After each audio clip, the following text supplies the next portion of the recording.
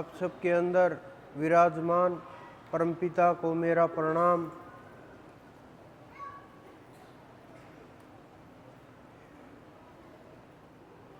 ये मानव लाखों वर्षों से लाखों योनियों के अंदर लाखों प्रकार के शरीर धारण करके लाखों क्रियाओं, कर्मों,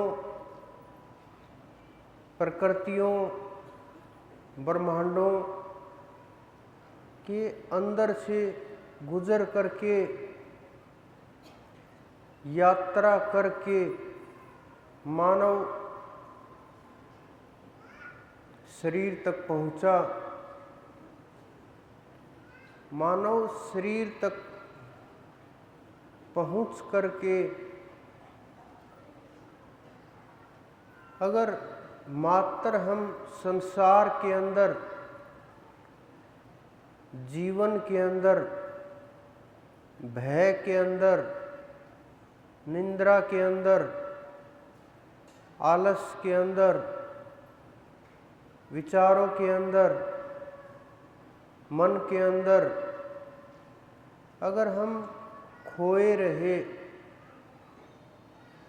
और इस छोटे से जन्म में, कुछ वर्ष के जीवन में, कुछ समय में हम जाग नहीं पाए तो ये भी हाथ से निकल जाएगा। हम हर जन्म में यही सोचते हैं कि इस जन्म में हम मुक्ति पा लेंगे, जीवन मुक्त हो जाएंगे। अनेकों प्रकार की योनियां जिनमें इतनी चेतना नहीं होती, इतनी समझ नहीं होती, इतना विवेक नहीं होता कि मानव ये समझ सके कि जीवन मुक्ति की आवश्यकता है, परमात्मा की आवश्यकता है और खोज करने की आवश्यकता है। इस अंश को अंशी में मिलाने की आवश्यकता है। ये समझ नहीं आती क्योंकि बुद्धि के अंदर इतनी समझ, इतना ज्ञान नहीं होता। लेकिन मानव के जीवन में, मानव की बुद्धि में इतनी समझ और इतना ज्ञान उस परमात्मा ने दिया है जिससे ये अनुभव हो सके कि परमात्मा क्या तत्व है, इस शरीर का क्या महत्व है, कहाँ कहाँ इसका उपयोग हो सकता है। लेकिन हम पाप पुण्य के अंदर रह करके छोटी छोटी वस्तुओं से संतुष्ट हो करके अपनी खोज को रोक करके समाज के छोटे छोटे भय, निंदा, दूसरों के सुख और दुख, क्रिया प्रतिक्रिया, अच्छा बुरा सोच करके हम अपने मार्ग को रोक देते हैं, वहाँ की चढ़ाई को रोक देते हैं, सारी चीज़ें सीमित कर देते हैं। जीवन भी, जीवनचर्या भी, दिनचर्या भी, और प्रयास करते हैं हम लोगों के अनुसार चलें, समाज के अनुसार चलें और उन नासमझों के अनुसार चले जिनको आध्यात्म का कुछ भी नहीं पता, धर्म का भी नहीं पता, आध्यात्म का भी नहीं पता। लेकिन हमारे अंदर बहुत सी चीज़ें उत्पन्न हुई समय के प्रभाव से, काल के प्रभाव से, समाज के प्रभाव से, और ये मानव जितना गति करके आगे आया जीवन के अंदर, मानव जीवन इतने लाखों वर्षों से गति करके आया, इसके अंदर बहुत ऋषि मुनियों द्वारा प्रदान की गई अच्छी चीज़ें भी आई और उनका दुरुपयोग भी हुआ। समझ के अनुसार जिसको जितनी समझ आई उसी को धर्म मान लिया। हर 200-400 किलोमीटर के ऊपर धर्म की रीतियाँ रिवाजें बदल जाती हैं, उनके नियम भी बदल जाते हैं और उनका पूजा पाठ की पद्धति भी बदल जाती है। आप नज़र मार के देखिए, पूरे विश्व के अंदर यही हालात हैं। केवल मात्र भारत के हालात नहीं हैं, पूरे विश्व के यही हालात हैं। लेकिन हम उनको सत्य मान लेते हैं, अपनी अपनी समझ के अनुसार उन्हीं चीज़ों को सही मान करके बस बैठ जाते हैं कि जो है, यही सही है, इससे आगे कुछ नहीं है। लेकिन वहाँ से शुरुआत भी नहीं होती। जो हमारे ऋषि मुनियों ने रास्ता दिखाया, जो चीज़ें उन्होंने छिपा छिपा करके ग्रंथों में, पुस्तकों में लिख दी, उनको हम ना समझ करके सांसारिक लोगों की समझ के अनुसार चलने लगे। महापुरुषों के रास्ते हमने छोड़ दिए, उन रास्तों से हम भटक गए और सांसारिक लोगों द्वारा दिखाए गए मार्गों को ही हम श्रेष्ठ मान करके और जल्दी परमात्मा से मिलने वाला मान करके, उनको बड़ा नज़दीक मान करके और मीठे मीठे प्रलोभनों में फंस करके इस जीवन को भी, अगले जीवन को भी हम खराब करने लगे। लेकिन संसार के अंदर ऐसे हालात इस कारण से हुए, सही और गलत की पहचान नहीं रही। आजकल आप देखो, सब धर्मों के अंदर क्या चल रहा है, अलग ही सब कुछ चल रहा है।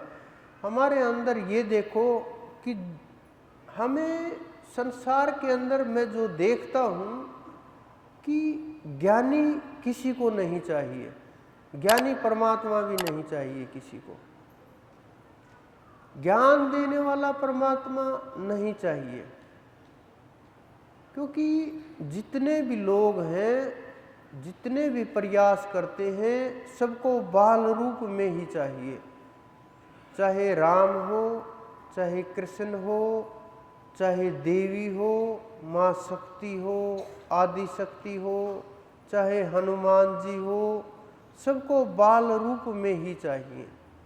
किसी को भी बड़े रूप में नहीं चाहिए, किसी को भी ज्ञानी के रूप में नहीं चाहिए, किसी को भी ज्ञान उनसे नहीं चाहिए। क्योंकि हम उस परम तत्व को, उस परम चेतना को, उस परमात्मा को भी हम अपने से बड़ा मानने को तो तैयार हैं कि हाँ, हम बड़े, कि वो परमात्मा हमसे बड़े हैं, हमसे श्रेष्ठ हैं, लेकिन ये तक मानने के लिए तैयार नहीं कि वो पालन पोषण करते हैं हमारा, वो पैदा करते हैं, वो सृष्टि चलाते हैं, उन्हीं के हाथ में बागडोर है, सब कुछ वही करने वाले हैं, वही करता धरता है और उन्हीं की खोज करनी है। हम ये नहीं मानते, हम ये मानते हैं कि वो परमात्मा हमारे से छोटा है और हम उसको उठा करके घूम सकते हैं, हम उनकी देखभाल कर सकते हैं। और मुझे कई बार बड़ा आश्चर्य होता है सुन सुन करके, देख करके कि परमात्मा को लोग बोलते हैं वो गर्भ में आ गया, 9 महीने मानव की तरह से उसको गर्भ में रखने के लिए किस प्रकार से लोगों ने कैसे कैसे ख्याल बनाए कि वो अनंत की धरती के ऊपर भार कम करने के लिए आते हैं, भार घटाने के लिए आते हैं। अनेकों अनेक विचार लोगों के, अनेकों अनेक इनके जवाब बनाए गए और बहुत चारों तरफ से दबा दबा करके ढक दिया गया, लेकिन तर्क समाप्त नहीं हुए, खोज बंद नहीं हुई, खोजी लगे हुए हैं। कुछ लोग ये कह कर के रोक दिए जाते हैं कि परमात्मा आस्था का खेल है, परमात्मा भाव का खेल है, परमात्मा भक्ति का खेल है, परमात्मा पे शंका नहीं करनी चाहिए, सवाल नहीं उठाना चाहिए और सवाल नहीं करने चाहिए। इससे आस्था के ठेस लगेगी, विश्वास के ऊपर ठेस लगेगी, संसार के ऊपर ठेस लगेगी। अनेकों अनेक प्रकार के सवाल आप लोगों के ऊपर छोड़ दिए जाते हैं जवाब ना दे करके। अरे वो परम तत्व जो सारे ब्रह्मांडों को अपने अंदर समाहित रखता है, उसके अंदर इतनी ताकत है कि वो वहीं बैठा बैठा सब कुछ कर सकता है। उससे अलग इस ब्रह्मांड में बोलते हैं महात्मा लोग, संत लोग, उसके चाहे बिना कुछ भी नहीं होता, उसकी मर्जी के बिना कुछ भी नहीं होता, उसकी इच्छा के बिना पत्ता भी नहीं हिलता। फिर उनको कहाँ आवश्यकता पड़ी गर्भ में आने की, युद्ध करने की, लड़ाइयाँ करने की, करवाने की? वो ऊपर बैठा बैठा ही सब कुछ कर सकता है। उसके अंदर इतना सामर्थ्य है, वो जब एक पल में एक पलक झपके इतने में पूरे ब्रह्मांड को, पूरी सृष्टि को नष्ट भ्रष्ट कर दे, इतनी अक्षमता उसके अंदर है। आप अंदाज़ा लगाइए पलक झपकते वक्त आपका कितना जोर पड़ता है। आपको याद भी नहीं रहती, पता भी नहीं रहता, ध्यान भी नहीं रहता, पलक झपकी नहीं झपकी। उसी प्रकार से इतना ही जोर उस परम सत्ता का लगता है सृष्टि को हिलाने में, सृष्टि को नष्ट करने में, सृष्टि को चलाने में और अनंत अनंत सृष्टियों का संहार करने में। इससे ज़्यादा उनको वक्त नहीं लगता। लेकिन हमारे जो लोग थे, जिन्होंने कल्पनाएं की, जिन्होंने सोचा विचार किया और जो मर्जी लिख दिया, हम भी बिना तर्क के, बिना सोचे समझे, बिना देखे उसके अनुसार चलने लगे और उस खेल के साथ ही हम धर्म से तो दूर हो ही गए, हम ज्ञान से भी दूर हो गए, हम ध्यान से भी दूर हो गए, हम परम चेतना से भी दूर हो गए, हम उस परम सत्ता से भी दूर हो गए, उस परमात्मा से भी दूर हो गए और अपने अस्तित्व से दूर हो गए।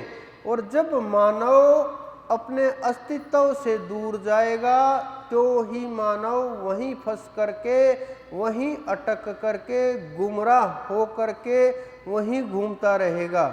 जब उनको ना निकलने का दरवाज़ा मिलेगा, ना ऊपर उड़ने के लिए जगह मिलेगी, न निकलने के लिए कोई मार्ग होगा, तो वहीं रह करके उसी के अंदर, सर्कल के अंदर घूमता रहेगा, आता रहेगा, जाता रहेगा, भ्रम के थपेड़ों से, भ्रम के मार्ग से, भय के मार्ग से आपको भिन्न भिन्न प्रकार से डरा करके और गलत पद्धतियों के अंदर डाल दिया गया है।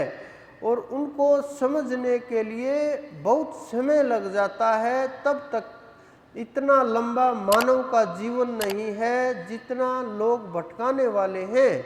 हर रोज हम कुछ न कुछ नया देखते हैं, नया सोचते हैं, नया पता चलता है, नई नई चीज़ें आंखों के सामने से गुजर जाती हैं। लेकिन हम उन चीज़ों को देख करके भी एक तरफ कर देते हैं, उनको मान करके, देख करके, पता होने के बाद भी हम उनको एक साइड में करने का प्रयास करते हैं, उस सच्चाई से भागने की कोशिश करते हैं, जागने की कोशिश नहीं करते। तो इस कारण से मानव बहुत दूर चला गया अपने जीवन से, अपने सार से, अपने बीज से। मानव बीज का अर्थ क्या है? बीज का अर्थ ये होता है कि मानव का जो बीज है वो सार रूप है, वो आत्म रूप है, वो आत्मा है, वो परमात्मा का अंश है। अगर वो उससे जितना भी ये जीव दूर जाएगा, जितना भी बाहर के संसार की वस्तुओं के अंदर भटकेगा, 14 चीज इस संसार के अंदर मानव को भटका देती हैं। 10 इंद्रियां, अंतःकरण, चतुष्टक, इनमें बाहर की ओर ले जाने के लिए ये सारा प्रयास करती हैं। मानव का शरीर, मानव की आत्मा कोई भी कर्म नहीं करती, लेकिन शरीर जो कर्म करता है उनका भुगतान आत्मा के द्वारा किया जाता है। ये अनजानपने में किया जाता है, नासमझी में किया जाता है। आप ये समझिए, ये हाथों को मिलाना ज़्यादा समय लगता है, परमात्मा को मिलाना इससे भी आसान है, लेकिन ये इतना दूर कर दिया गया, इतना समझा दिया गया, इतना भय पैदा कर दिया गया, पाप पुण्य के अंदर घुसा दिया गया, डर के अंदर धर्म पैदा कर दिया गया, नियम बना दिए गए, प्रकृति में घुसा दिया गया, अनेकों प्रकार की चीज़ें बना दी गई, अनेकों प्रकार के लोग अलग अलग पर मजहब बना दिए गए, इतना सारा बवंडर खड़ा कर दिया। मानव को ये ही समझ नहीं आए कि मैं सही भी हूँ या गलत हूँ, सही रास्ते के ऊपर चल रहा हूँ, नहीं चल रहा हूँ, गलत रास्ते के ऊपर चल रहा हूँ, कैसा क्या है। अनेकों प्रकार के बिना कारण की चीज़ें थोप दी गई, पहनने से ले करके खाने पीने तक सब कुछ थोपते चले गए, और मानव है ये दबता चला गया। लेकिन कर्म का जो बीज है, कर्म का जो अंकुर है, अगर कर्म के अंकुर को नहीं काटा गया तो हम उस सार तक नहीं पहुंच पाएंगे। अगर ये कर्म का अंकुर ऐसे ही फूटता रहा, ऐसे ही वृक्ष होता रहा, ऐसे ही फल लगते रहे, फिर बार बार जन्म होगा, बार बार आना जाना पड़ेगा। लेकिन कर्म का अगर ये बीज बिल्कुल नष्ट कर दिया जाए, इसे उखाड़ दिया जाए, तो फिर ना जन्म होगा ना मृत्यु होगी। इस शरीर की मृत्यु निश्चित है, कोई नहीं टाल सकता, कोई नहीं रोक सकता। एक समय आता है और शरीर चला जाता है, लेकिन हम इस शरीर को बचाने के लाखों लाख प्रयत्न करते हैं, हजारों हजार उपाय करते हैं, प्रयास करते हैं जितना लंबा चल सके, लेकिन उस अमर की साधना से हम दूर रहते हैं। जो साधना अमर कर देती है, जिससे वापिस आना जाना नहीं होता, जिससे जाने के बाद लौट करके नहीं आना होता, उस साधना से हम दूर चले जाते हैं, अमर होने से भयभीत हो जाते हैं। बहुत लोगों को तो ध्यान में भय लगता है, श्वास जब धीमी पड़ती है तो जीव घबराने लगता है कि कहीं प्राण ना छूट जाए। जब सूक्ष्म शरीर चढ़ाई करने लगता है, नाद पकड़ करके ऊपर चढ़ता है, श्वास धीमी हो जाती है, आसपास के लोगों को श्वास ये लगता है श्वास छूट ना गई हो। बहुत से योगी लोग, साधक लोग मेरे पास आते हैं कि आज तो मुझे परमात्मा मिल ही जाते, बहुत ऊंची स्थिति थी, ध्यान ठहरा हुआ था, श्वास का पता नहीं था चल रही थी ना नहीं चल रही, साथ में ये मेरे साथी थे, इन्होंने पकड़ा, शरीर को हिलाया, दबाना शुरू कर दिया कि कहीं ये मर गया, इसकी श्वास छूट गई। फिर एकदम से आँख खुली तो मुझे पता चला कि क्या हो रहा है यहाँ। तो एकदम हड़बड़ाहट में मैंने कहा, ये क्या कर रहे हो। ऐसे लोग मेरे पास साधना कर रहे हैं, और वो बहुत उच्च कोटि की साधना है, वो प्रयास में लगे हुए हैं, लेकिन उनके साथी ये नहीं समझते, जो साधना लोग कर रहे हैं उनके शरीर को उनके साथ छेड़खानी नहीं करनी चाहिए, उनके शरीर को छूना नहीं चाहिए, उनको हिलाना डुलाना नहीं चाहिए, समाधि भंग नहीं करनी चाहिए। लेकिन परिवार वालों को भी भय होता है, कहीं मर ना गया हो, लौट करके आई ही नहीं। लेकिन जो सूक्ष्म शरीर चढ़ाई करता है सतुल से, वो शब्द पकड़ करके ऊपर उठता है, तो शब्द पकड़ करके जब ऊपर उठता है, ब्रह्मांड में चढ़ने लगता है, तो श्वास धीरे धीरे धीरे धीरे ठंडी पड़ने लगती है, कमज़ोर पड़ने लगती है, और हृदय की गति भी धीरे धीरे धीरे कम होने लगती है। जिस प्रकार से आप ये समझो, गर्भ के अंदर जो बच्चा होता है वो बिना सांस के भी उसकी धड़कन सामान्य चलती है, और डॉक्टर उसको चेक करके बताते हैं कि इसकी धड़कन नॉर्मल चल रही है, बिल्कुल सामान्य है बच्चा।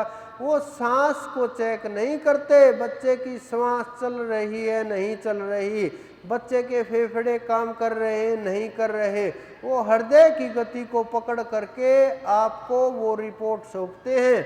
तो उसी प्रकार योगी लोग जब ध्यान में जाते हैं, श्वास कमज़ोर होती है, हृदय की गति के ऊपर उनका खून का दौरा चलता रहता है, और धीरे धीरे उनके ऊपर भी पकड़ होने लगती है। जो गहरे योगी हैं, जिनकी चढ़ाई और ऊंची स्थिति है, उनकी कई बार हृदय की गति भी रुक जाती है।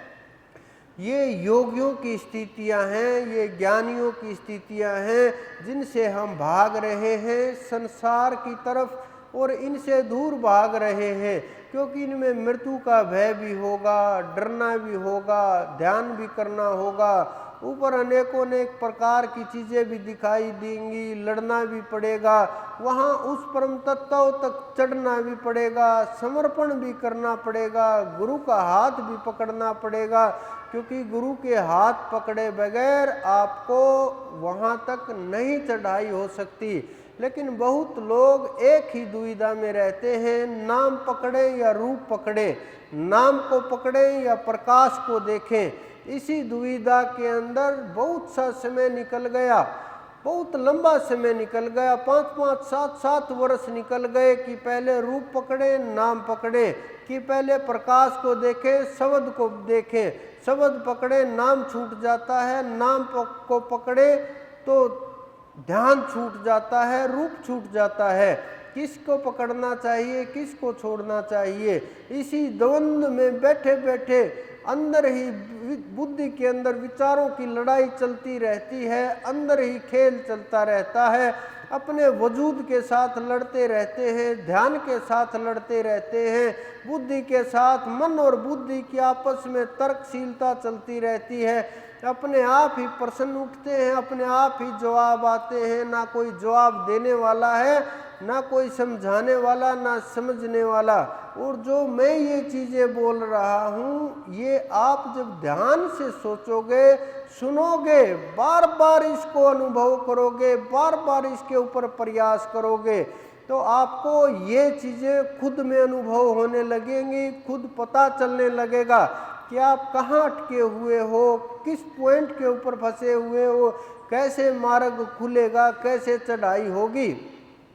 ये चीज़ें जब आपको अनुभव होंगी तो आपको ये एहसास होने लगेगा। इसका बड़ी सामान्य सी चीज़ें हैं, बहुत सामान्य चीज़ें हैं, लेकिन हमने ये इतनी बड़ी बना दी कि गुरु का ध्यान करें, ईश्वर का ध्यान करें, मूर्ति का ध्यान करें, देवी देव का ध्यान करें, माता पिता का ध्यान करें, प्रकृति का ध्यान करें, अनंत अनंत प्रकार के विचार उत्पन्न होते हैं, लेकिन कहीं भी शंका का समाधान नहीं है। गुरु का ध्यान करें, वहाँ विश्वास नहीं होता, वहाँ विश्वास डामाडोल हो जाता है। कहीं कल गुरु ने कुछ ऐसी हरकत कर दी, फिर हमारा भी नाम खराब हो जाए, गुरु पूर्ण है नहीं है, क्या पता ये कैसे हैं, क्या है। अनेकों अनेक प्रकार के सवाल दिमाग में घूमते हैं, अनेकों अनेक प्रकार के विचार दिमाग में घूमते हैं, बार बार शंकाएं पैदा होती हैं। परमात्मा का ध्यान करें किस प्रकार से, क्योंकि उनका रूप देखा नहीं, अनंत अनंत रूप हैं, अनेकों अनेक बना दिए। एक किसी का भी नाम लीजिए, किसी योगी का नाम लीजिए, महायोगी का नाम लीजिए, शिव जैसे योगी का नाम लीजिए, जिनका अनेकों अनेक मूर्तियां बना दी गई, अनेकों अनेक प्रकार के फोटो बना दिए गए, अनेकों अनेक प्रकार की रचनाएं बना दी गई। इसी प्रकार से जिनको हम श्रेष्ठ मानते हैं, विष्णु जी को ले लीजिए, उनके भी अनेकों अनेक प्रकार की मूर्तियां बना दी गई। किस किस का ध्यान करें, कौन सी मूर्ति जागृत है नहीं है, कौन सा रूप सही है, कौन सा नहीं है, किसकी कौन सी पुस्तक को माने, कौन सी को पढ़े, किस ग्रंथ के को समझें, किस वाणी को समझें, इनके अनेकों प्रकार की चीज़ें दिमाग में इकट्ठी हो गई। कौन श्रेष्ठ है, कौन नहीं है, कौन समय का महापुरुष है, महापुरुष कैसे रहते हैं, कैसे वस्त्र पहनते हैं, कैसे चलते हैं, कैसे खाते पीते हैं, क्या करते हैं, क्या आचार व्यवहार है। हम लोग अपनी मर्जी से मनमाफिक जवाब सुन करके ही खुश होते हैं। अगर सामने से कोई जवाब देना चाहे, समझाना चाहे, बताना चाहे, नहीं समझ पाएंगे, क्योंकि अनेक प्रकार की इतनी परतें जम गई हैं, इतनी प्रकार की धूल जम गई है, वो उखड़ने का नाम नहीं ले रही। इस कारण से बहुत ध्यान फैल गया, बहुत विचार फैल गए। तो लोग ये सोचते हैं कि सबको ही खुश कर देते हैं। कुछ पल किसी का नाम ले लेते हैं, गणेश जी से शुरू कर लेते हैं, वो शिव परिवार से हैं, और बोलते हैं गणपति जी को शुभ कार्य में सबसे पहले याद करना चाहिए। सबको याद कर करके सब देवी देवों को याद कर लेते हैं, और बाद में गुरु जी ने जो मंत्र दिया उसको थोड़ी देर याद कर लेते हैं, उनको भी प्रणाम कर लेते हैं और काम हो जाएगा इसी प्रकार से। लेकिन ये जो भ्रम की बातें हैं, ये ब्रह्म से दूर करती हैं, ये आपको आपकी आत्मा से दूर करती हैं, ये आपको आपकी स्व चेतना से दूर करती हैं। मन माफिक जो साधना है वो काल की साधना है, वो माया की साधना है, वो संसार की साधना है, वो भय की साधना है। वो आपको वहाँ लेकर के नहीं जाएगी जहाँ के आप राही हो, जिस मार्ग पर आपने चलना है, जिस मार्ग पर चलते हुए आपको उस चेतना तक पहुँचना है, उस स्थिति तक पहुँचना है जब आप उसके अंदर मिट जाओ, मिल जाओ, एकाकार हो जाए, उस परम तत्व को पालो और अंदर में वो गूंज उत्पन्न हो, मैं ही ब्रह्म हूँ, मेरे अलावा इस संसार में कुछ नहीं। जब ये गूंज उत्पन्न होती है, हमारे अनंत अनंत महापुरुषों ने इसका वर्णन किया है, बखान किया है, खड़े हो करके बोला है। लेकिन हमें वो महापुरुष नहीं चाहिए, इस प्रकार की बात करने वाले, इस प्रकार के समझाने वाले, कहने सुनने वाले, वो महापुरुष हमें नहीं चाहिए। हमें कौन चाहिए?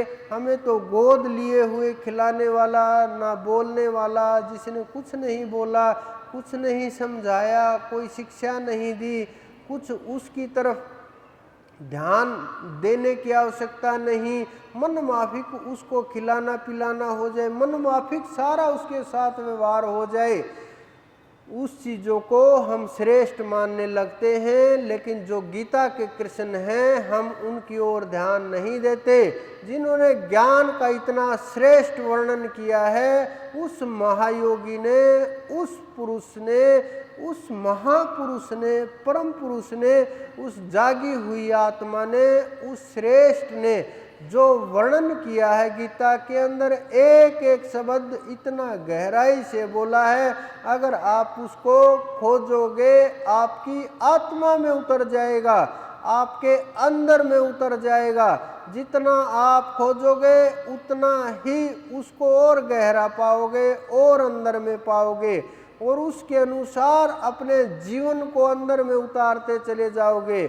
लेकिन हम उसके अनुसार ना चलते हुए मन माफिक, मन माने आचरण करते हैं। याद रखना, बिना शब्द के, बिना ज्ञान के, बिना नाम के, बिना चढ़ाई के, इस संसार में जितनी भी वस्तुएं हैं, जितने भी शरीर हैं, जितनी भी माया है, जितना भी खेल है, जितना इन आँखों से देख रहे, जो नहीं देख पा रहे, वो सूक्ष्म जगत भी इस यही रह जाएगा।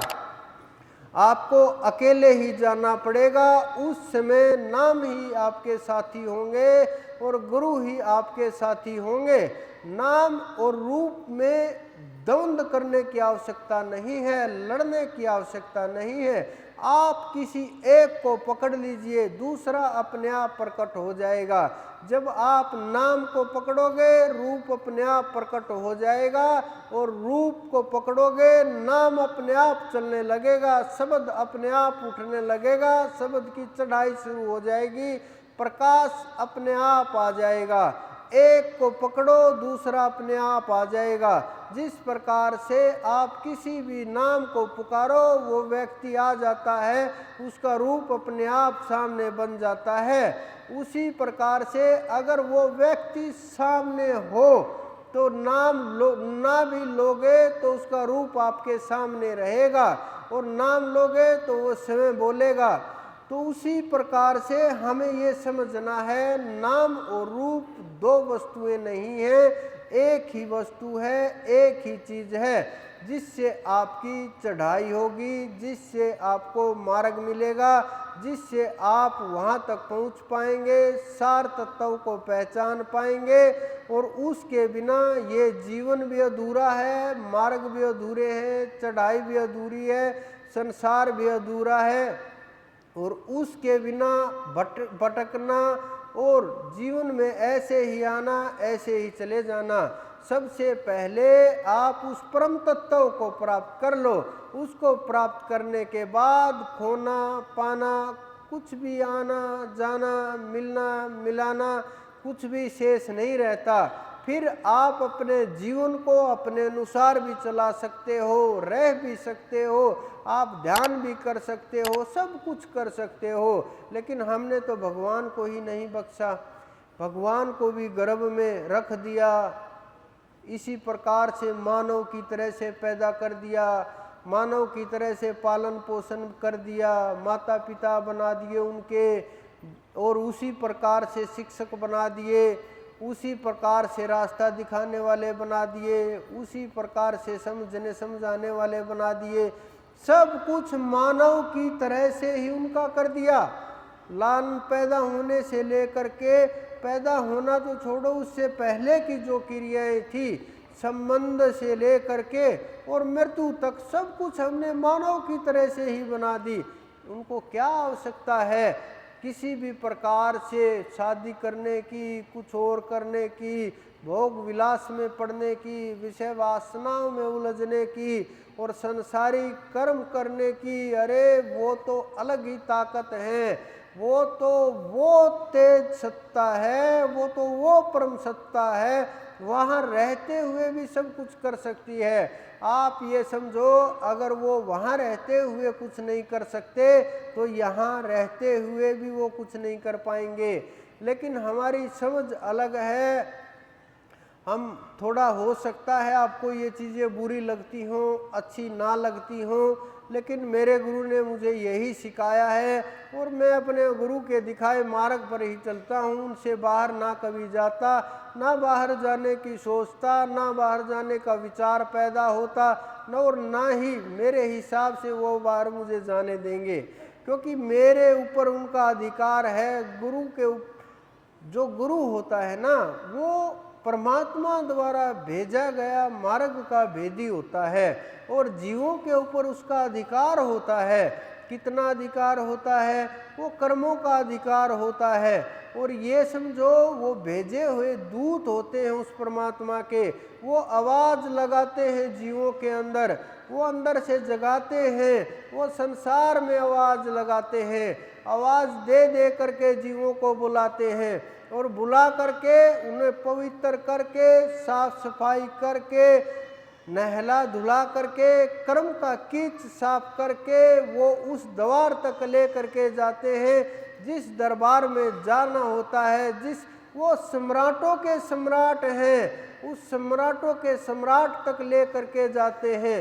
क्योंकि आपके अंदर जो जो भी इच्छाएं हैं, जो जो भी मनमाफिक चीज़ें हैं, जो जो भी कल्पनाएं हैं, जो जो आप चाहते हो, जो जो विचार बना रखे हैं, जो जो अनंत अनंत जन्मों में संस्कार इकट्ठे कर रखे हैं, जो जो हमारे साथ ये कर्म चले आ रहे हैं, इनकी सबकी तृप्ति इस संसार के अंदर, इस ब्रह्मांड के अंदर पूरी कोई भी नहीं कर सकता।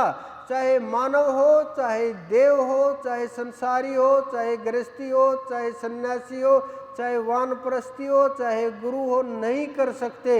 लेकिन वो सम्राटों का सम्राट, वो अनंत, वो परम पुरुष आपकी सब इच्छाओं को तृप्त करके, शांत करके, जीव को सब कुछ शांत करके, उस आत्म रूप में निखार करके ऊपर उठने में आपकी सहायता ही नहीं करता, हाथ पकड़ के उड़ा ले जाता है जीव को और जीव से आत्मा बना देता है और स्वयं को एहसास होने लगता है।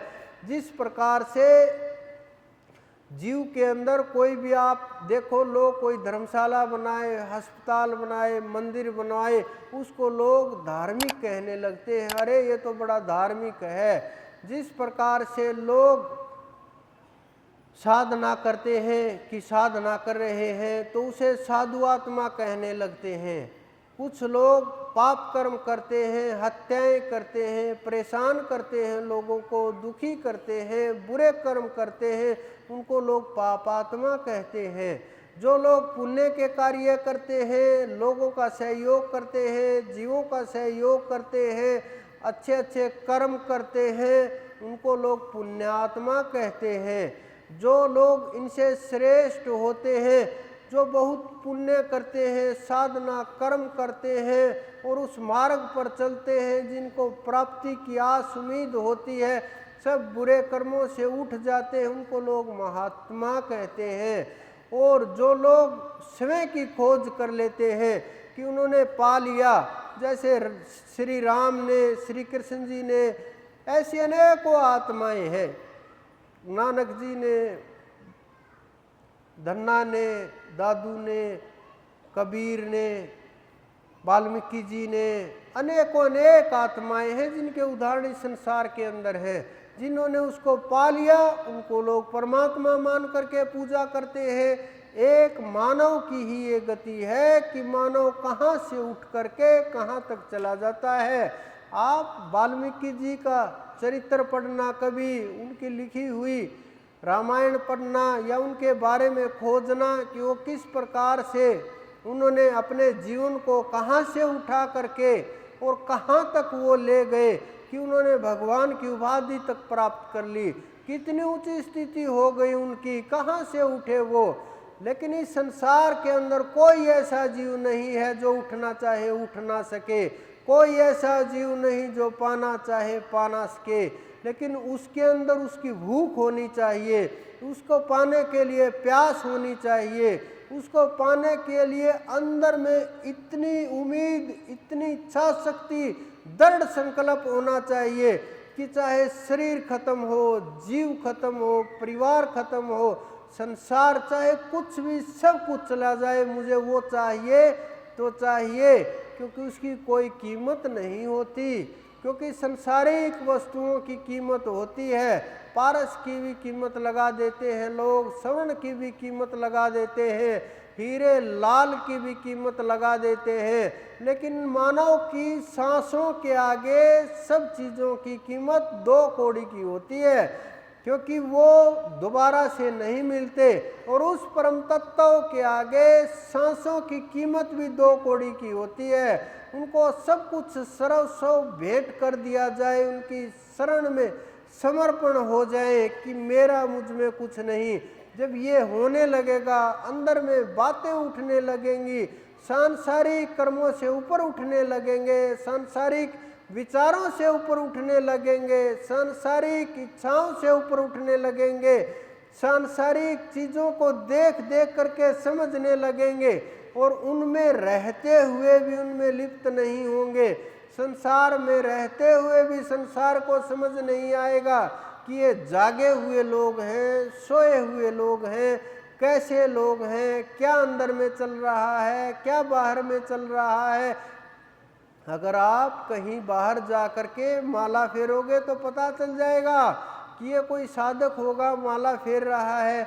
अगर आप चौकड़ी मार करके बैठोगे, ध्यान लगाओगे, ये पता चल जाएगा कि ये साधना कर रहा होगा, दीपक लगा करके ध्यान करोगे पता चल जाएगा, आरती करके ध्यान करोगे पता चल जाएगा कि कोई भगत होंगे, ध्यान चल रहा है, बड़े उच्च कोटि के साधक होंगे, लेकिन अंदर में जो ध्यान चल रहा है, जो वो धार चल रही है सांसों के साथ जुड़ करके, जिसको स्वयं का भी इतना भी ध्यान नहीं, कब से शुरू किया था, कितने वर्ष हो गए इस धार को चलते हुए, एक पल के लिए भी ये सांस नहीं रुका, और इस सांस के साथ पता नहीं अनगिनत नाम हमने रट दिए, और साधना इतनी परिपक्व हो गई, शब्द में इतनी ताकत हो गई, शब्द को याद करते ही रूप अपने आप खड़ा हो जाता है। ये इतना ताकतवर हो जाएगा, आप उदाहरण के लिए इस प्रकार समझो, जैसे किसी को कोई देव दिखाई देता है, कोई पितर दिखाई देता है, किसी को प्रेत भूत दिखाई देता है, तो वो और किसी को दिखाई नहीं देगा, जिसको दिखाई देता उसी को दिखाई देगा, और ये बोलेगा यहाँ खड़ा है, वहाँ खड़ा है, ये रहा, वो कर रहा है, वो कर रहा है। जिसके पास आंखें होंगी वो देख करके बता देगा कि ये झूठ बोल रहा है या सच बोल रहा है, लेकिन साधारण लोगों को ये दिखाई नहीं देगा। उसी प्रकार से ये साधना है। जब आप साधना करोगे, अंदर में उतरोगे, श्वासों के ऊपर पकड़ होगी और अंदर में गहराई तक जाओगे, आत्मा में प्रवेश होगा, जीव से आत्मा तक जो चढ़ाई होगी, अगर आपने स्वयं को प्राप्त कर लिया, आत्मा जाग गई, कोई नहीं बता सकेगा इस ब्रह्मांड के अंदर, इस संसार के अंदर। लेकिन देवों को ये एहसास होगा कि कोई आत्मा है, बड़ी चढ़ाई की हुई है, क्योंकि वो बचने लगेंगे, धीरे धीरे दूर होने लगेंगे, क्योंकि सारी देवों की जो शक्तियां वो शरीर से निकल जाएंगी। अलग अलग प्रकार से सारे देव अपना अधिकार उठा देंगे अपने शरीर के ऊपर से, कि तुम्हारे ऊपर अब अधिकार देवों का नहीं रहा, उस परम चेतना का अधिकार हो गया, उस परमात्मा का अधिकार हो गया।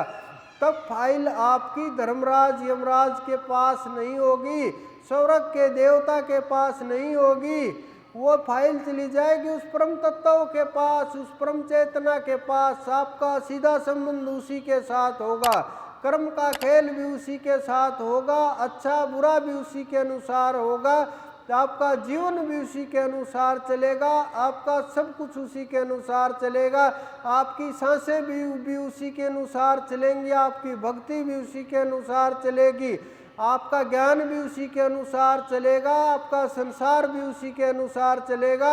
आप उससे तनिक भी बाहर नहीं जा सकते, चाह करके भी बाहर नहीं जा सकते। जिस प्रकार से जेल के अंदर बंद कर दिया गया कैदी, जेल सुप्रीडेंट से बाहर नहीं जा सकता, एक एक क्रिया का ध्यान रहेगा, एक एक पकड़ रहेगी। अगर वो जेल से बाहर कर दिया जाए कि उस जेल से बाहर हो गया, फिर उसका कोई अधिकार ही नहीं रहेगा, वो आपका कुछ नहीं कर सकता, आपका कुछ भी नहीं बिगाड़ सकता, आपको चाहे कुछ भी करते रहो, कैसे भी रहते रहो, जब तक उसके अधिकार क्षेत्र में नहीं आएगा तब तक आपकी तरफ वो देख भी नहीं पाएगा।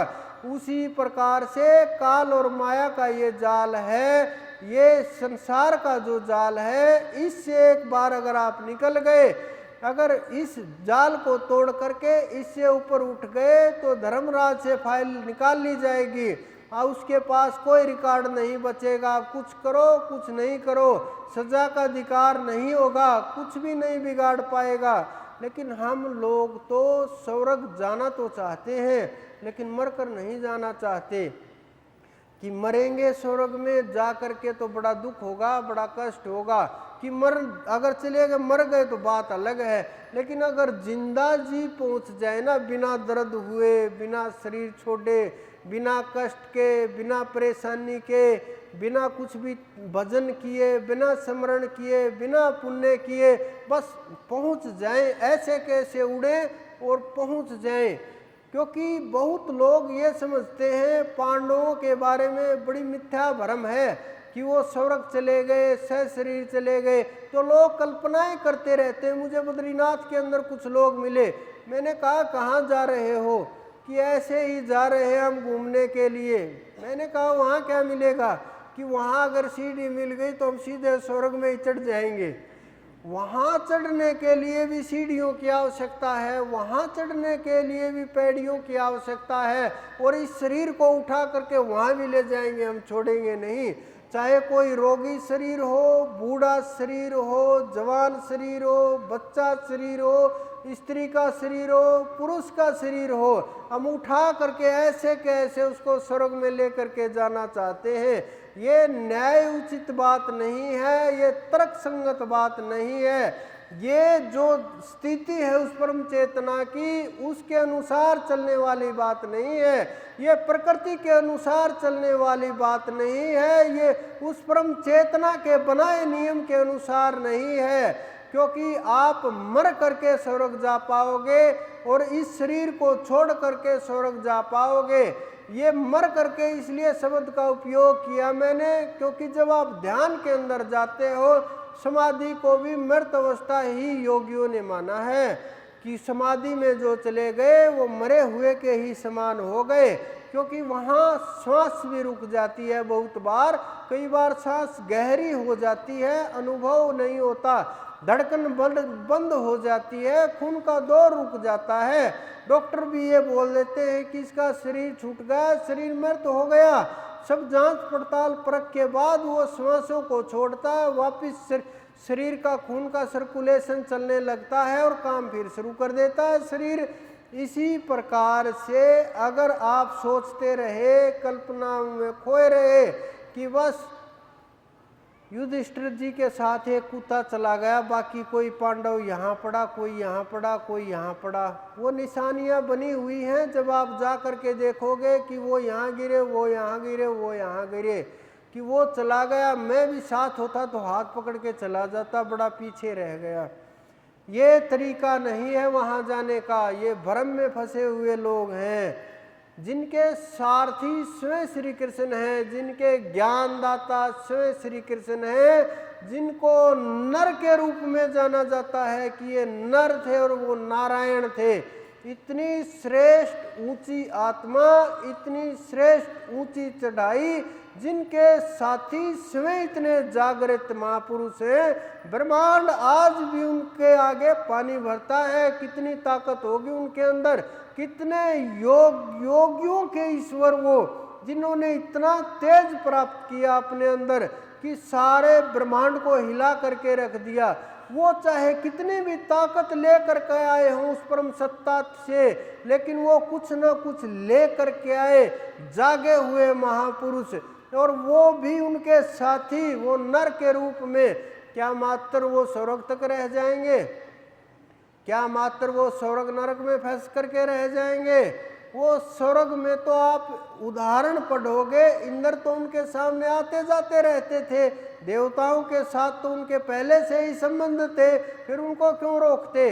अगर कर्म के कारण रोक दिए गए, दोष के कारण रोक दिए गए, तो योगी उनके साथ थे, उन्होंने बताया कर्म कैसे किए जाते हैं, कर्म करते हुए कर्म से दूर कैसे रहते हैं। उनसे श्रेष्ठ कोई गुरु नहीं हो सकता ब्रह्मांड में, उनसे श्रेष्ठ कोई हाथ पकड़ के ले जाने के लिए नहीं होता, क्योंकि वो जगत के गुरु थे, हैं और आगे भी रहेंगे। हमें भी जो कुछ भी प्राप्त हुआ, जो अनुभव हुआ, जो आपको महसूस हुआ, जो आप देख रहे हैं, जो सुन रहे हैं, जो हमने पाया, सब कुछ उन्हीं की कृपा से है। उनके बिना कुछ भी नहीं होता, और हमारे तो गुरु का रूप उन्होंने धारण किया है।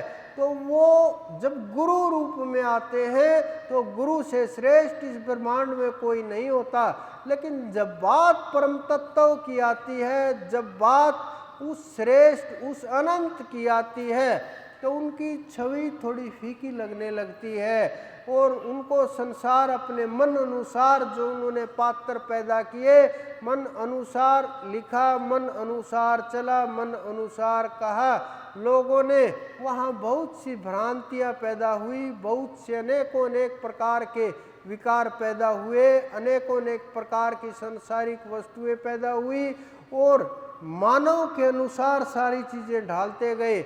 हम आश्चर्य की बात है, हम उन श्रेष्ठ महापुरुषों को, उन श्रेष्ठ देवियों को बस हम केवल छोटी बच्चियां ही मानते हैं। आज से नहीं, सैकड़ों हजारों सालों से मात्र उनको बच्चियां ही मानते हैं, बड़ी क्यों नहीं मानते। युवावस्था में हमें आज भी वो स्वीकार नहीं है। क्यों नहीं है? जब हम फोटो बनाते हैं, जब हम उनकी पूजा करते हैं, तो हमें वो सजी धजी 16 श्रृंगार वाली चाहिए। उनके बूढ़े बूढ़े क्यों नहीं होते वो? हमें वो बुजुर्ग रूप में क्यों स्वीकार नहीं है? हमें वो उसी रूप में क्यों स्वीकार है? क्योंकि हमें मनमाना रूप चाहिए, हमें मन के अनुसार चाहिए, मन के अनुसार सारा खेल चाहिए। तो ये धर्म भी नहीं है, आध्यात्म तो दूर की बात है। लेकिन आजकल तो बिल्कुल अलग ही खेल चल रहा है।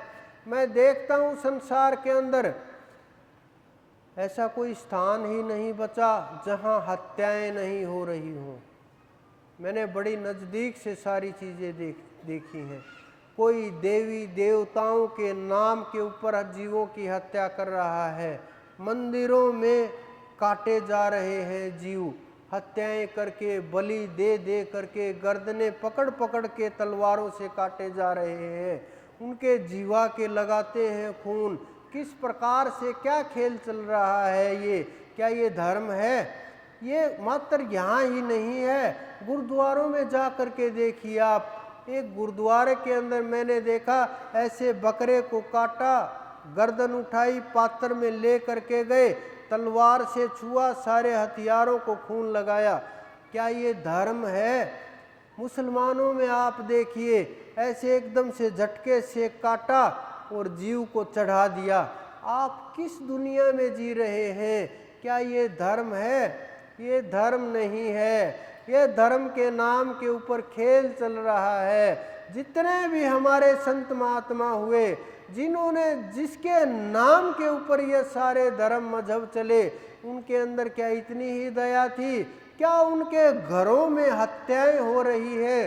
वो महापुरुष जो गाय और शेर को साथ रखते थे, वो महापुरुष जो बाज और सर्प को एक साथ रखते थे, वो महापुरुष जो मोर और सांप को एक साथ खिलाते थे, उन महापुरुषों के घरों में ये चीज हो रही है।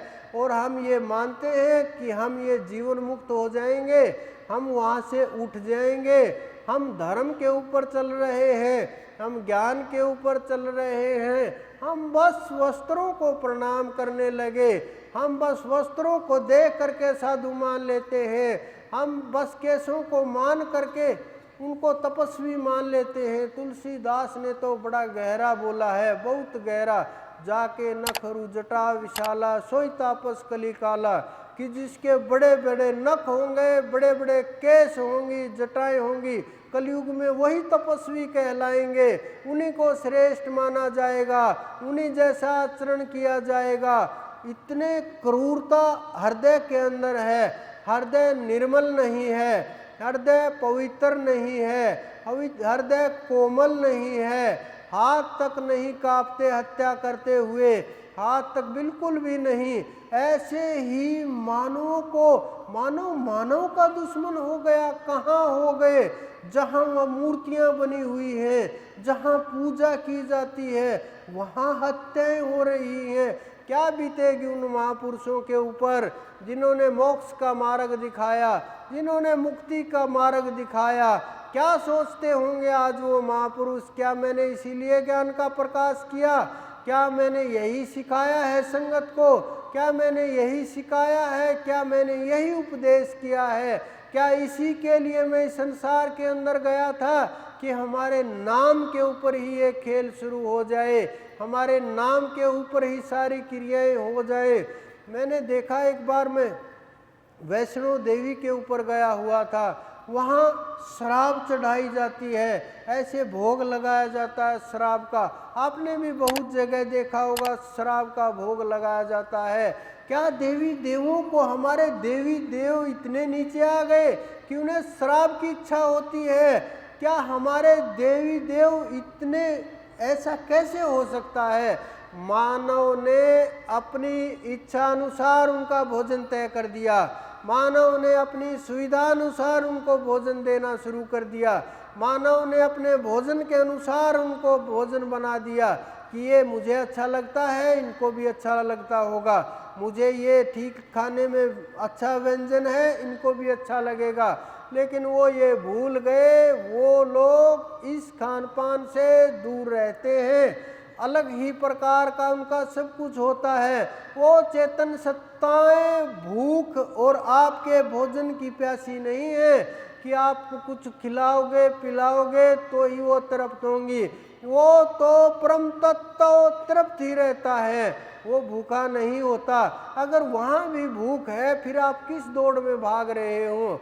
यहाँ भूख तो संसार के अंदर है ही, उस देवों के अंदर, उस परम तत्व के अंदर। एक तरफ तो ये बोलते हैं कि ये शरीर छूटने के बाद, ऊपर जाने के बाद कर्म का आधार होता है, कर्म का खेल होता है, कर्म से संसार चलता है, कर्म से सब कुछ होता है। वहाँ ना खा सकता है, ना पी सकता है, ना भोग सकता है, ना कर्म कर सकता है, ना भजन कर सकता है, कुछ भी अधिकार नहीं होता, बस भोग योनि है। एक तरफ हम उन्हीं योनियों को भूल करके हम वहाँ अपना कर्म खराब कर रहे हैं। जितना भी कर्म खराब होगा, आप धर्म से तो बहुत बहुत दूर की बात है, धर्म और आध्यात्म तो उससे भी हजारों करोड़ कदम आगे की बात है, करोड़ों कोस दूर की बात है। जब आध्यात्मिक हो गया, आप सताना बंद कर दोगे जीवों को। जीवों को किस प्रकार से सता पाओगे? हृदय के अंदर इतना प्रेम उत्पन्न हो जाएगा, लेकिन हमारा प्यार तो संसार के अंदर फैल गया है, हमारा प्यार तो विषय वासनाओं के अंदर फैल गया है, हमारा प्यार तो परिवार के अंदर फैल गया है। कुछ लोग समेट समेट करके विवाह तक ले आते हैं उसको, फिर एक पर सीमित हो जाते हैं, फिर बच्चे पैदा होते हैं, फिर फैल जाता है प्रेम, फिर परिवार फैल जाता है, और जब तक बुजुर्ग होते हैं, बूढ़े होते हैं, वो प्यार इतना फैल जाता है, समेटे हुए नहीं समिटता, इकट्ठा किए भी इकट्ठा नहीं होता। परमात्मा नाम की चीज़ों से डर लगने लगता है। आज धर्म की ये हालात है कि कोई पढ़ा लिखा समझदार व्यक्ति, किसी के सामने आप बोल दो कि हमने गुरु बना रखा है, हम बड़े धार्मिक लोग हैं, वो आपसे डरने लगेंगे, बहुत घबराने लगेंगे कि क्या पता क्या दिमाग में चल रहा है, किस प्रकार के लोग हैं। और ये बता दें कि वहाँ गुरुजी हैं, उनसे मिलना, तो उनके अंदर अनेक दिमाग में अपने आप ही कल्पनाएं शुरू हो जाएंगी। कुछ मांगने वाला होगा, धंधा किए होगा, क्योंकि धर्म का धंधा आजकल ज़्यादा चल रहा है, कि कुछ काम जमा रखा होगा, भीड़ इकट्ठे करते होंगे, कुछ और आज इधर उधर की चीज़ें अपने शौक के लिए और चीज़ों के लिए सामान इकट्ठा करना, और बड़े बड़े केस होंगे, और एक अनपढ़ सा व्यक्ति बैठा होगा जिसको कुछ नहीं जानकारी होगी, ना संसार की, न धर्म की, ना आध्यात्म की। ये चित्र दिमाग में अपने आप आने लगते हैं, कोई पैदा नहीं करता, अपने आप आ जाते हैं। चाहे आप किसी के सामने बोल करके देख लो, आप सब के अंदर भी विचार के अंदर आए होंगे कि जब ये शब्द प्रयोग होता है कि गुरुजी हैं, एकदम से दिमाग में आएगी बड़े बड़े केस, बड़ी बड़ी ढाडी, 2-3 पगड़ी बांधे हुए, और लाल पीले काले वस्त्र, बाघंबर होगा, या और कुछ गद्दी लगाई होगी, बहुत सी मूर्तियां दीवार के ऊपर चिपकाई हुई, बहुत सी मालाएं फैली हुई, और पैसे इधर उधर बिखरे हुए। लोग आएंगे, पैसे डालेंगे, हाथ पैर जोड़ेंगे, आशीर्वाद देगा हाथ उठा करके, किसी को गाली देगा, किसी को कुछ देगा। अनेकों अनेक प्रकार के खेल जो आप बोलोगे ना इस प्रकार से, तो लोग की आध्यात्म का नाम लेते ही, धर्म का नाम लेते ही लोग 1 किलोमीटर दूर हो जाते हैं कि इनसे बच करके रहो, थोड़ा कुछ अलग ही चल रहा होगा। ये तो बहुत दूर की बात है, घर की घर में दुश्मन हो जाते हैं कि अरे इसने तो नाम ले लिया, ये तो बाबा बाबा बन गया, अब इससे दूर हो, बचो। ये तो घर छोड़ने वाला, जल्दी ही 2-3 घंटे राम के नाम लेने लगा, ध्यान करने लगा। लेकिन ये धर्म नहीं है। धर्म वो है जो जीवन को, संसार को, आध्यात्म को सब कुछ बैलेंस करके, तराजू में ले करके दोनों पटरियों पर सीधा रेल की तरह से चलता है, बहुत स्पीड से चलता है, अनंत स्पीड से चलता है और कभी भी वो टकराता नहीं, क्योंकि उसकी गति ही इतनी होती है कि दोनों चीजों का बैलेंस बनते हुए वो जीवों को पार उतार देता है। जीवों को पता भी नहीं चलता कि कब पार उतरे, कब वहां तक पहुंचे, कैसे चढ़ाई हुई, पता नहीं चलता। जिस प्रकार से हाई स्पीड ट्रेन में एक देश में गया हुआ था, वहाँ करीब 200-250 की स्पीड से ट्रेन चलती है, बाहर की चीज़ें दिखाई नहीं पड़ती। बहुत बार ये पता चलता कुछ निकल गया, हरा हरा सा था, बस ये दिखता है पेड़ आते तो, और पुल एकदम से सुरंग से गुजर गई सूं देसी। तो उसी प्रकार से जब आप ध्यान में चढ़ाई करोगे, ये बैलेंस बना करके चलोगे, तो आपको ये नहीं पता चलेगा किस स्टेशन से गुजर गए, कौन सा नाद सुना, कौन सा रह गया, किस स्थिति से गुजर गए, एकदम से पार ही हो जाओगे। लेकिन जब धीरे धीरे ध्यान करोगे, फिर उन स्थितियों का भी एहसास होगा, नाम का भी एहसास होगा, चढ़ाई का भी एहसास होगा। लेकिन हम फंसे हुए हैं कहाँ? संसार के अंदर। जिस प्रकार से एक पिता के 2 पुत्र हों, एक पुत्र संसार की वस्तुएं मांगे कि मेरे नाम जमीन उतरवा दो, ये पशु भी मेरे हैं, घर भी मेरे हैं, गाड़ी भी मेरी है, बंगला भी मेरा है, खेत भी मेरा है, प्लॉट भी मेरा है, दुकान भी मेरी है, ये सारी प्रॉपर्टी भी मेरी है। पिता पूछता मैं कहाँ जाऊं? पुत्र बोलता एक और तो पैदा किया तूने, उसके पास चले जाओ।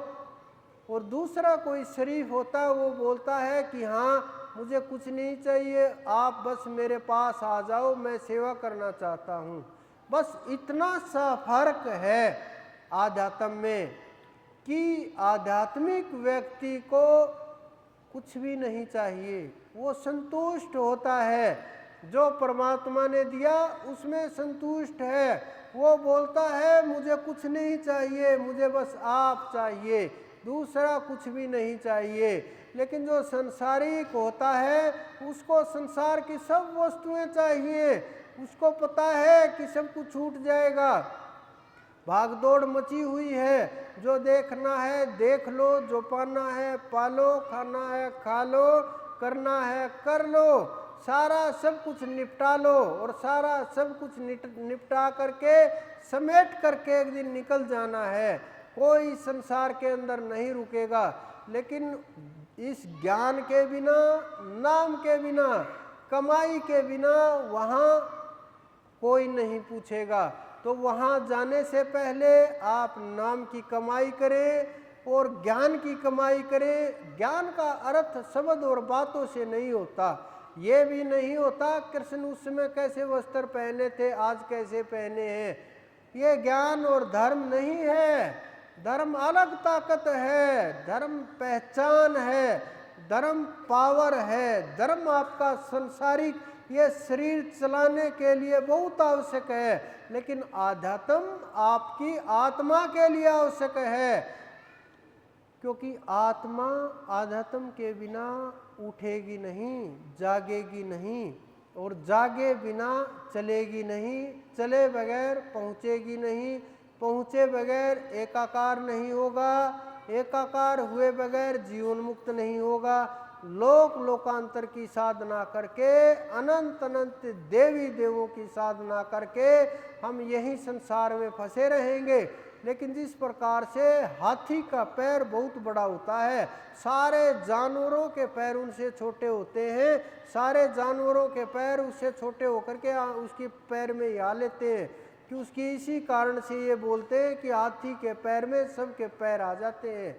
तो जिस प्रकार से उसके पैर में सब पैर आ जाते हैं, उसी प्रकार से उस परमात्मा के नाम के अंदर सब के सब देवी देवों के नाम आ जाते हैं।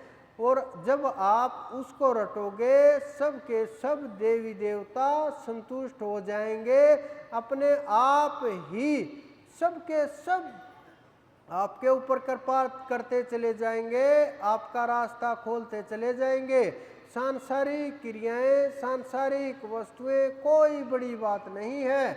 लेकिन संसार में रहते हुए वहाँ तक पहुँचना बहुत बड़ी बात है। अमर नाम हो जाएगा आपका, अमर नाम उसके दरबार में लिखा जाएगा, अलग पहचान होगी, अलग से पुकार होगी। ये कोई बड़ी बात नहीं है कि कोई ये मान ले कि नहीं ये कर सकते हैं वो नहीं कर सकता, हमारे पूर्वज कर सकते हम नहीं कर सकते। हम इसी भ्रम के अंदर खोए रहते हैं। मान्यता इतनी दबा दी गई, इतनी जीव के ऊपर लाद दी गई, बेचारा डरता रहता है, घबराता रहता है कि कहीं कुछ गलती ना हो जाए, कहीं कुछ इस प्रकार की बात ना हो जाए, कहीं कोई पूजा पाठ ना छूट जाए। बड़े बड़े बहुत बड़े बड़े जो देश चलाने वाले लोग वो भी मेरे से मिलते हैं, तो वो लोग भी बेचारे घबराए हुए होते हैं, कहीं पितर की पूजा ना हुई तो फिर मैं हार ना जाऊं, मेरी क्या हालत होगी फिर। बस पितरों की वजह से नहीं हारना चाहिए महाराज। मैंने पिछले साल भी 6 महीने तक पाठ कराए थे, यज्ञ कराया था, जप कराया था, लेकिन उसका कोई लाभ नहीं हुआ और एकदम से टोटा आता चला गया, नुकसान आता। अब तो बस आपका हाथ रहे सिर के ऊपर और कुछ नहीं चाहिए। मांग रहे हैं संसार ही, आध्यात्म नहीं मांग रहे, परमात्मा नहीं मांग रहे, और आशीर्वाद भी अपनी इच्छा अनुसार चाहिए, संतों की इच्छा के अनुसार नहीं। आजकल बड़ी रिवाज चली हुई है कि संत भी अपनी मर्जी से ही, उनका जीवन भी हमारी मर्जी से चले, उनका सब कुछ हमारी मर्जी के अनुसार हो, हम जैसा चाहें मन माफिक उसी प्रकार से सब कुछ हो।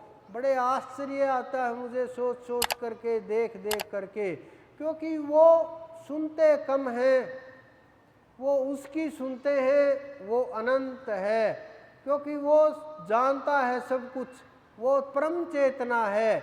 क्योंकि वो संसार की सुनेंगे तो वो गुरु नहीं रहे, संसारी हो गए, और संसारी भी घोर वाले।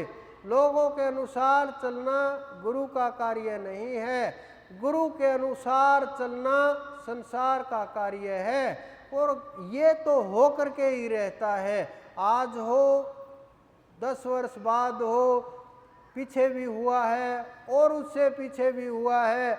जब संत महात्मा चले गए, हम उनको खोजते हुए घूमे, उनके पैरों के ऊपर जाने के बाद जो चीज़ें आसपास थी वहाँ मत्थे रगड़ते घूमे, हासिल नहीं होगा, क्योंकि वो तत्व जा चुके, जो उन्होंने करना था वो कर चुके। लेकिन हम भय की साधना से मुक्त नहीं हो पा रहे, और जब तक हम भय की साधना, इन परंपराओं के अंदर फंसे रहेंगे, रीतियों के अंदर, रूढ़ियों के अंदर फंसे रहेंगे, तो हमारी ये आत्मा जागृत नहीं होगी, दबी रहेगी। और भय की साधना किसी का कल्याण नहीं कर सकती, डर की साधना वहाँ तक ले करके नहीं जाती, क्योंकि वहाँ तो जीव मर करके ही जाता है, शीश चढ़ाना होता है, और जब तक शीश ना चढ़े तब तक वो साधना नहीं होती। और साधना के बिना जागृति किस प्रकार से संभव हो सकती है। तो आप साधना करें। बहुत लोग भयभीत हैं कि दीपावली आ गई, क्या होगा हमारा, कुछ बुरा ना हो जाए, कोई बुरा ना कर दे, कुछ और क्रिया प्रतिक्रिया ना हो जाए। आप ये समझो, आप उस परमात्मा की शरण के अंदर हो, आप उस परमात्मा का नाम जपने वाले लोग हो, आप वो साधना करने वाले लोग हो, जिसको देख करके बड़ी बड़ी आसुरी शक्तियाँ थर थर कांपने लगती हैं। नाम के अंदर इतनी ताकत है, आसपास भी बुरी शक्तियाँ नजर नहीं आती, तो फिर आपको किस चीज़ का भय है। आप निर्भय होने का प्रयत्न करें, आप अभय होने का प्रयत्न करें, नाम के ऊपर समय लगाएं। जो भी नाम को रटेगा, जो भी साधना कर रहे हैं, जिसको नाम प्राप्त नहीं हुआ है, वो लोग भी साधना में प्रयासरत हैं। बहुत लोगों का आत्मा के साथ जुड़ाव है, बहुत लोग जो नए आए हुए हैं वो बेचारे भयभीत हैं, क्योंकि वो जानते नहीं उस परम तत्व की ताकत को, उस नाम की ताकत को नहीं पहचानते, उस अनंत की ताकत को नहीं पहचानते। तो आप उस नाम की ताकत को पहचान कर उस परमात्मा की जो शरण में है, उस अनंत की मेरे गुरु की जो शरण में जीव आए हुए हैं, उनका कोई बुरा सोच भी नहीं सकता, करना तो बहुत दूर की बात है। आप निश्चिंत होकर के कैसे भी रहें, किसी भी प्रकार से रहें, निश्चिंत रहें, एक भी किसी प्रकार को किसी की परेशानी आने का सवाल ही पैदा नहीं होता। लेकिन बहुत वर्षों से, पीढ़ियों से जो लोग परेशान हैं, उनके अंदर एकदम से भय निकलना बड़ा मुश्किल बात है। बहुत बुरी तरह से लोगों ने लूट लिया, परेशान कर दिया, अनेक प्रकार की विधियां क्रियाओं के अंदर फंस करके जीवन भी खराब हुआ, संसार भी खराब हुआ और आध्यात्म भी खराब हुआ। तो वो लोग समझने लगे धीरे धीरे आध्यात्म की ताकत को, नाम की ताकत को, मेरे गुरु की ताकत को वो लोग समझने लगे। तो आप उसका जब ध्यान करेंगे, आसपास की शक्तियां नजर आने लगेंगी और जो बुरी शक्तियां हैं वो आपके आसपास भी नहीं, जहां से निकलोगे वहीं से भागने लगेंगी। नाम जप के अंदर इतनी ताकत होती है, बुरी से बुरी ताकत स्थान छोड़ करके दौड़ने लगती है और उसके अंदर तराई तराई करने लगती है, इतनी ताकत होती है। लेकिन जिनके नाम सिद्ध हो गया, शब्द सिद्ध हो गया, स्थिति सिद्ध हो गई, उस अनंत में जो पहुंच गए, उनके वो के अंदर इतने सामर्थ्य है कि एक दृष्टि डालेंगे, आत्माएं भी शांत होकर के अगले के जन्म में, अगले लोकों में चली जाएंगी। इतना सामर्थ्य है। मेरे पास है ऐसे साधक जिनके अंदर इतना सामर्थ्य है कि जो एक दृष्टि में, एक शब्द में कल्याण कर सकते हैं। लेकिन बहुत लोग छुपे हुए हैं और मैं चाहता हूँ कि साधना जितने छुप कर की जाए, जितनी गंभीर रह करके की जाए, उतना ही श्रेष्ठ है, उतनी ही ऊंची स्थिति रहेगी। एक चीज और मैं बोलना चाहूँगा, बहुत लोग, कुछ लोग बहुत उदास हुए। 1-2 तारीख को जब जन्मदिन का दिन था, बहुत लोग उपहार लेकर के आए, बहुत लोग अनेक प्रकार की वस्तुएं लेकर के आए मेरे लिए। मैंने वो नहीं लिए, वो बहुत लोग परेशान हुए, अंदर से दुखी हुए, मन से दुखी हुए कि हम पैसे लगा करके लाए, समय खर्च करके, ढूंढ करके लाए, छांट करके वस्तुएं लेकर के आए, आपके लिए लेकर के आए, आपने स्वीकार नहीं की, वापस कर दी। बहुत प्रकार की चीज़ें लेकर के आए थे, मैंने हाथ जोड़ करके प्रार्थना करके सबकी वापस कर दी, क्योंकि मैं ये चाहता हूँ आप मेरे इस शरीर के लिए कुछ भी ना करें, क्योंकि वो परमात्मा सब कुछ उसके हाथ में है। इस शरीर के लिए जो करेगा वही करेगा। मैं नहीं चाहता आप कुछ भी करें, कुछ भी, यानी एक पानी का गिलास तक भी मैं संगत से, लोगों से, साधकों से इच्छा नहीं रखता और मुझे नहीं चाहिए कुछ भी। अगर आप लोग इस प्रकार से व्यवहार करेंगे, इस प्रकार से परेशान होंगे, तो ये आपके मन के लिए और मेरे लिए भी ये बहुत ही पीड़ादायक होगा। तो आप, अगर आपको सेवा करनी है तो ज़रूरतमंदों की सेवा करो, गरीबों की सेवा करो, जिनको आवश्यकता हो जीवों की सेवा करो, संगत की सेवा, जिसकी भी मर्जी हो उसकी सेवा कीजिए। लेकिन मुझे इस प्रकार की सेवा की, इस प्रकार के सांसारिक पदार्थों की बिल्कुल भी आवश्यकता नहीं है, क्योंकि मैं ये चाहता हूँ जब तक ये शरीर है तब तक हम काम करते रहें और आप लोगों के लिए भी धर्म का मार्ग खोलते रहें, आध्यात्म का मार्ग खोलते रहें और जितना हमसे हो सके जीवों के कल्याण के लिए, संसार के कल्याण के लिए, उतना हम बांटते रहें और वो परमात्मा मेहर करता रहे और देता रहे। इतना सामर्थ्य है मेरे गुरु के अंदर, वो हाथ नहीं फैलाने देता, आवश्यकता नहीं है। देखने के लिए हम परखते रहते हैं लोगों को, क्या विचार है, क्या चल रहा है, आवश्यकता नहीं। तो आप लोगों की सेवा कीजिए, जीवों की सेवा कीजिए। मेरे लिए आप एक पानी का गिलास भी मत ले करके आइए, क्योंकि मैं इन चीज़ों से बहुत दूर हूँ। आपकी आस्था को बड़ी ठेस लगेगी अगर मैं आपकी वस्तुएं संगत के अंदर, लोगों के अंदर मैं बंटवाऊंगा, तो आपको बड़ी पीड़ा होगी कि मैं बड़े मन से लेकर के आया था, गुरुजी ने उसको दे दी, उससे ज़्यादा प्रेम है, उसको बांट दिया, उससे ज़्यादा है। तो इस कारण से आपको जो करना है आप अपने तरीके से कीजिए, लेकिन मेरे लिए बिल्कुल भी मत कीजिए। मेरे लिए जो भी करना वो परमात्मा करेगा। मेरे लिए अगर आपको करना है तो बस ध्यान कीजिए, प्रेम कीजिए उस सच्चे बादशाह से, समर्पण कीजिए उस मेरे गुरु के सामने, उस श्रेष्ठ के सामने समर्पित हो जाइए और उस नाम को रटिए जो आपके प्यार प्रेम के अंदर जो अपनापन होगा, जो उसके अंदर प्यार होगा, जो तेज होगा, जो शब्द के अंदर फिर वो ताकत उत्पन्न होगी जो आपको सीधा उस परमात्मा से जोड़ेगी। ना कोई शंका होगा, ना कोई सवाल होगा, ना कोई भेद होगा, ना अंदर में कभी भी किसी प्रकार की सोचने की आवश्यकता होगी। तो आप ध्यान कीजिए, सुमरण कीजिए और दीपावली के ऊपर प्रयास करें कि कुछ भी यहाँ मत लेकर के आइए मेरे लिए। मैंने ये इसीलिए बोला है क्योंकि सेवादार भी बहुत परेशान होते हैं, संगत भी बहुत परेशान होती है, और इस कारण से उन जितना भी जो कुछ भी है उसका सदुपयोग करें, आध्यात्म के लिए, धर्म के लिए, जीवों के लिए, नेचर के लिए, संगत के लिए उसका सदुपयोग करें। लेकिन ये समझ करके कोई एक पानी का गिलास भी मत ले करके आइए हम गुरुजी के लिए ले करके जा रहे हैं, क्योंकि मुझे कुछ भी आवश्यकता नहीं है। हम तो भजन करने वाले लोग हैं, हम दान चंदा लेने वाले नहीं हैं, न उसके ऊपर निर्भर हैं, न हमें उसकी आवश्यकता है। ये जो भी काम शुरू हुआ उसके लिए हुआ, जो भी आध्यात्म का खेल शुरू हुआ उस परमात्मा के लिए, ज्ञान के लिए शुरू हुआ।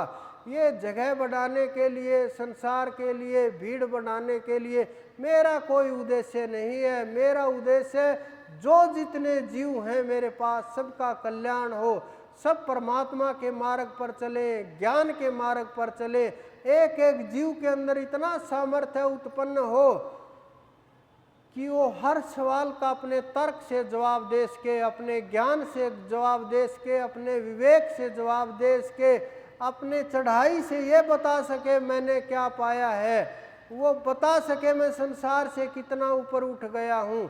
तो आप ध्यान कीजिए, सुमरण कीजिए, उस परम तत्व के प्रति समर्पण कीजिए।